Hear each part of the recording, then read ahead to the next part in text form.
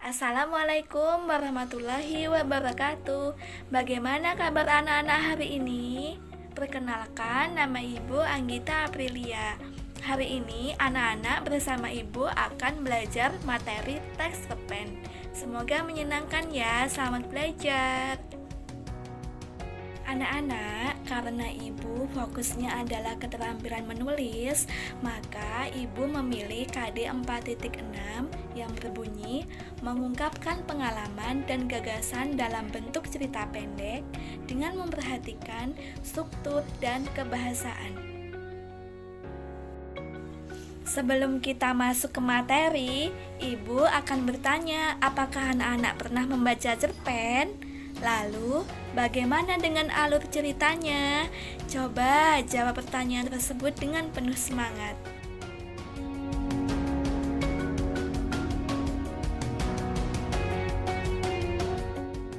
Nah, benar sekali anak-anak. Mari kita simpulkan bersama.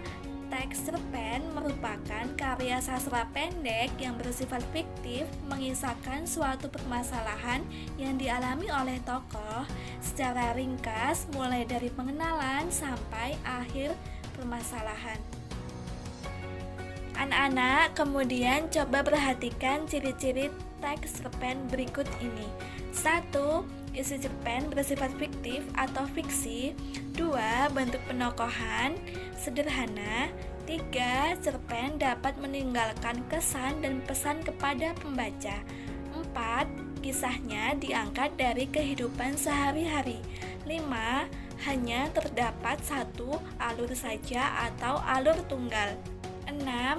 Jumlah kata pada cerpen lebih 1000 kata. Setelah memahami ciri-ciri teks cerpen, selanjutnya anak-anak akan memahami struktur teks cerpen dengan penuh semangat. Apakah anak-anak sudah siap?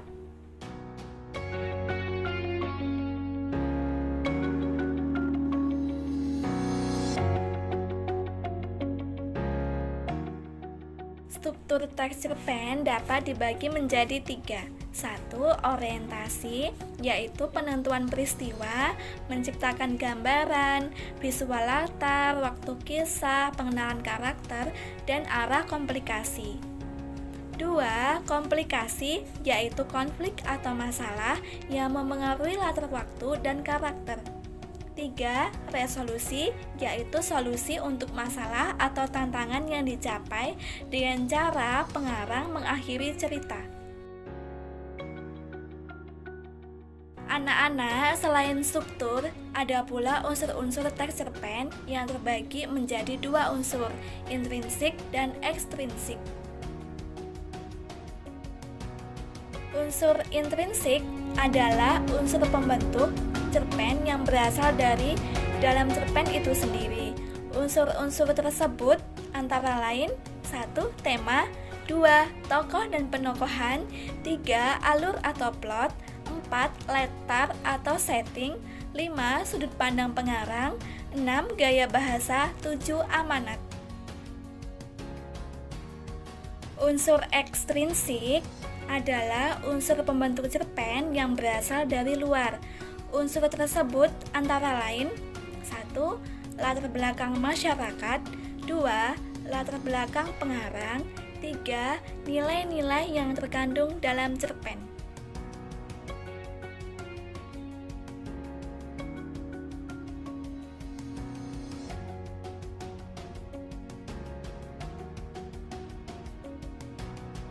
Nah, benar sekali nak, nilai-nilai yang terkandung dalam cerpen salah satunya nilai estetika atau yang bisa disebut dengan nilai keindahan. Kemudian, untuk nilai-nilai cerpen yang lain, yuk kita simak bersama. 1. Ada nilai moral atau keagamaan. 2. Nilai kemanusiaan atau sosial. 3. Nilai etika atau sosial atau norma. 4. Nilai estetika atau seni atau keindahan.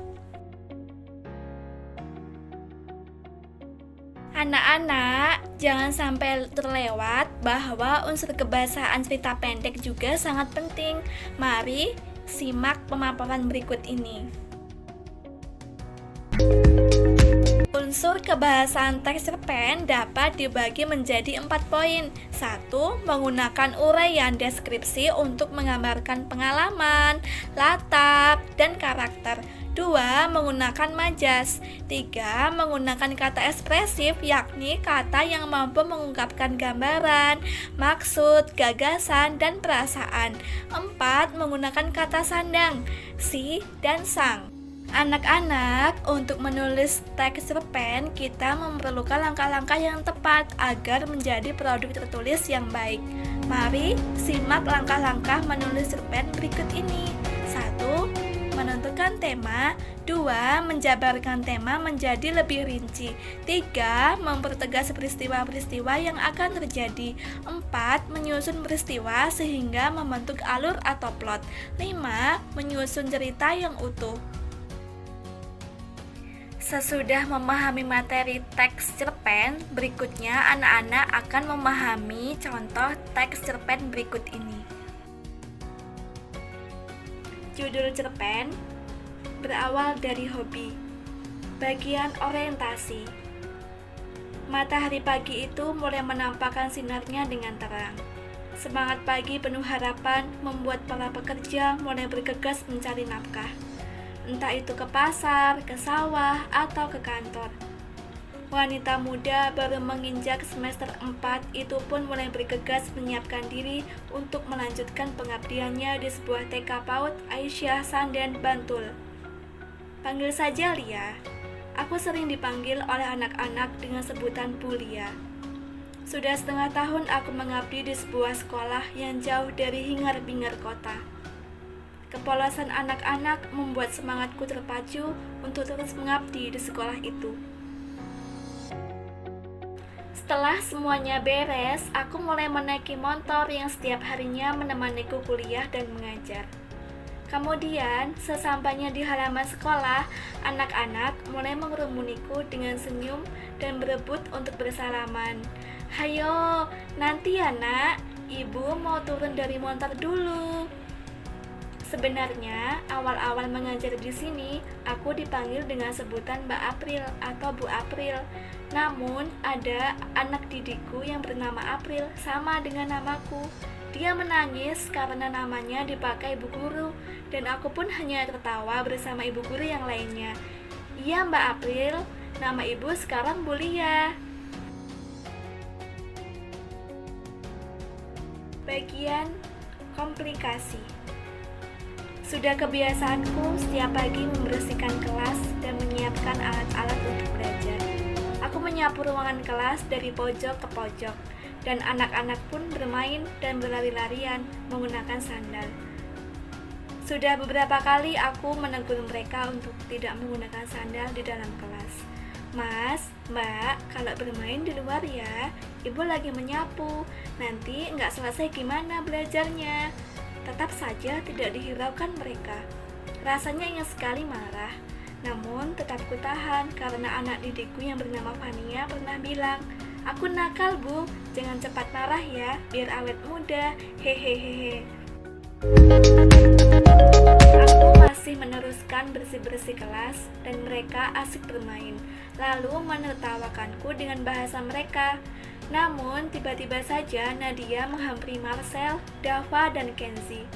Kalau bermain itu di luar kelas, kalau kayak gini kasihan Bu Guru, kotor, nanti Ibu Guru pulang. Kenzi langsung berucap, "Kamu ngapa? Nggak usah ikut-ikutan sana. Kalau main ya main aja, nggak usah ganggu."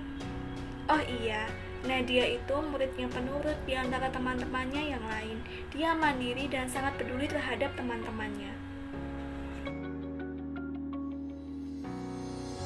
Bagian resolusi. Aku langsung menghampiri mereka. "Mas Marcel, Dava, Kenzi, nggak boleh kayak gitu. Kan ibu guru lagi bersih-bersih. Bermain itu boleh mas, tapi di luar ya. Tuh, masih ada tanah kan di lantai karena sandal kalian nggak dilepas." Dan mereka bertiga saling pandang dan menyalahkan. Dan Kenzi langsung membisiki saya, "Ibu, maaf kami salah." Aku hanya tersenyum. "Iya nak, tapi jangan diulang lagi ya. Terus minta maaf ke Mbak Nadia karena sudah menegur kalian tapi malah diabaikan. Awalnya mereka tidak mau, tapi tetap saja mereka saya nasihati dan Dava dengan berani, "Nat, aku minta maaf ya." Nadia menjawab cuek agak malu-malu, "Iya, aku maafin, tapi jangan lagi kayak gitu. Bu Guru capek dan rumahnya jauh." Bagian resolusi. Aku sebagai guru mereka sangat bangga terhadap anak-anak didikku. Mereka dengan sifatnya yang jujur, polos, dan mau belajar dengan baik itu adalah suatu kebanggaan tersendiri. Dengan bermacam-macam sifat, karakter, atau hobi yang membuat mereka memiliki kelebihan yang istimewa. Karena menurutku pengabdian tidak pernah mengenal pensiun, dan doa mereka, doa dari wali murid adalah modal utama saya untuk terus mengabdi kepada dunia pendidikan. Setelah memahami contoh teks cerpen secara keseluruhan, kemudian anak-anak mengerjakan tugas di bawah ini dengan jujur, mandiri, dan tanggung jawab. 1. Buatlah teks cerpen berdasarkan pengalaman pribadi yang pernah kamu alami. 2. Tulislah dengan memperhatikan struktur dan aspek kebahasaan teks cerpen dengan benar.